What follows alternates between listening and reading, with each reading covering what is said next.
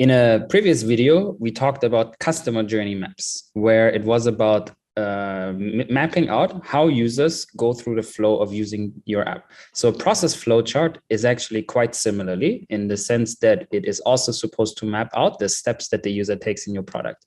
But while the customer journey map focused on the user and what are the things that the user is experiencing and the goal of the user, the process flowchart focuses on the technical processes. So as you can see in this example here, these are the actual features that are in the app. So this helps then to communicate with engineers and helps them to explain to them how is the app supposed to function and how do different parts of the application work together.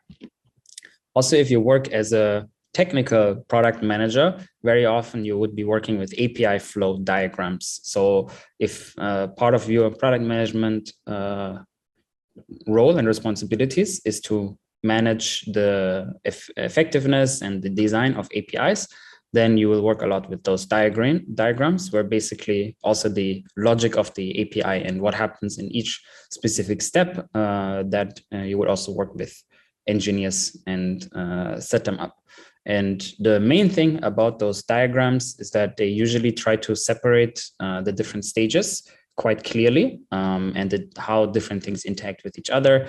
And in the end, it's just a simple logic of what happens after what happens after what. And as long as you make sure that you don't miss out on anything and everything is documented, you should be fine. And you can always just research more using these terms, API flow diagram, or as we had before, the process flowchart, and you'll find more tips on how to effectively do them.